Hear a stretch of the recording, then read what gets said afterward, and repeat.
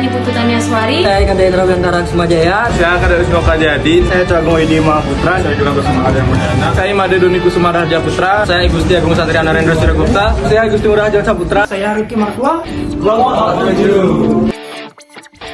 Bagaimana ya terkait realisme Skandinavia?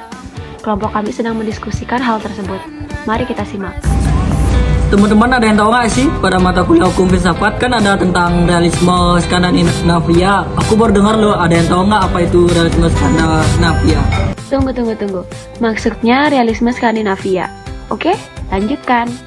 Oh, realisme Skandinavia, setauku itu merupakan aliran filsafat hukum yang lebih menekankan pada perilaku manusia yang dalam hal ini sebagai suatu kenyataan yang empiris, di mana memandang bahwa hukum itu berfungsi dalam suatu masyarakat yang lebih menekankan pada rasa yang hanya sekedar rasa takut kepada perintah atasan atau takut terhadap sanksi daripada penguasa. Yang terpenting sih masyarakat itu memenuhi aturan hukum dengan baik dan benar. Terus biasanya kan jika aliran filsafat pasti ada tokoh-tokoh yang menganut beberapa aliran tersebut. Terus aliran Skandinavia itu dianut oleh tokoh siapa saja sih? Jadi para penganut dari aliran realisme Skandinavia itu ada Axel Hengerstom, Alf Ross, Herbert Lionel Adolphus atau lebih dikenal dengan HLA Hart, Julius Stone dan John Rawls. Oh gitu ya. Terus untuk filsuf selanjutnya? Kalau menurutku yang pertama kan ada Axel Hengerstom yang bernama lengkap Axel Anders Theodor Hengerstom.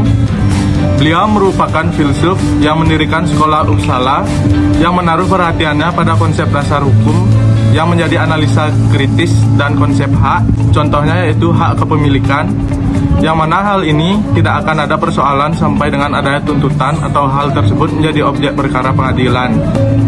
Jadi yang aku tahu, filsuf selanjutnya yaitu Oliver Ronan. Beliau merupakan seorang pengacara dan filsuf hukum Swedia. Beliau merupakan murid daripada Axel Hengerstom yang berasal hukum di Uppsala School dari tahun 1915 hingga 1920. Saat itu, Oliver Ronan merupakan profesor hukum prosedural dan filsafat hukum di Lund University. Oliver Ronan seorang juris Swedia yang menganggap bahwa tidak perlu mendefinisikan hukum. Metode analisisnya mencakupi penyelidikan tentang keseluruhan fakta yang ada dalam istilah aturan-aturan hukum. Menurut Alf Ross yang bernama lengkap Alf Niels Christian Ross ini menempatkan hukum dalam kerangka fisiopsikis. Menurutnya, segala gejala yang muncul dalam pengalaman tentang hukum harus diselidiki sebagai fisiopsikis. Menurut Ross, ilmu hukum harus bertitik tolak dari kenyataan-kenyataan empiris dan relevan dalam bidang hukum. Perkembangan hukum menurut Alf Ross melewati 4 tahapan. 1. Hukum adalah sistem paksaan yang aktual. 2. Hukum adalah suatu cara berlaku sesuai dengan kecenderungan dan keinginan anggota komunitas. 3. Hukum adalah sesuatu yang berlaku dan mewajibkan dalam arti yuridis yang benar. 4. Agar hukum berlaku harus ada kompetisi pada orang-orang yang membentuknya. HLA atau sering disebut Herbert Lionel Adolphus Hart yang merupakan seorang filsuf hukum Britania yang pernah menjabat sebagai seorang profesor jurisprudensi di Universitas Oxford dan kepala kolose Brasenose, Oxford. HLA Hart mengatakan hukum harus dilihat baik dari aspek eksternal maupun internalnya, dan menurutnya norma hukum dibagi dua, yaitu primer dan sekunder.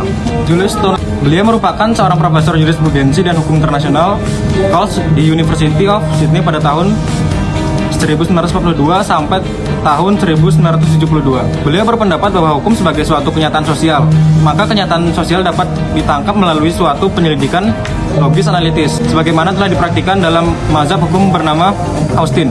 Stone juga berpendapat bahwa hukum harus dibedakan dari moral hukum yang dimana semua aturan baik yang mengandung aspek moral maupun tidak. John Rawls atau yang bernama lengkap John Border Rawls merupakan seorang filsuf moral dan politik Amerika dalam tradisi liberal. Rawls mengembangkan pemikirannya tentang masyarakat yang adil dengan teori keadilannya yang dikenal pula dengan teori posisi asli. Teori ini merupakan struktur dasar masyarakat yang adil dan dapat dicapai dengan mengadakan reorganisasi atau penataan kembali susunan dasar masyarakat. Bosan ya? Yuk semangat dikit lagi. Dapat kami simpulkan bahwa pada aliran realisme Skandinavia itu terdapat beberapa pandangan dari beberapa tokoh. Realisme Skandinavia lebih menekankan pada perilaku manusia sebagai suatu kenyataan yang empiris, yang memandang bahwa hukum berfungsi dalam kehidupan masyarakat, takut pada pemerintah, dan taat pada segala sanksi dari penguasanya. Jadi para tokoh dari realisme Skandinavia ini ada Axel Hagerstorm, Alf Ross, H.L.A. Hart, Julius Stone, dan John Rawls.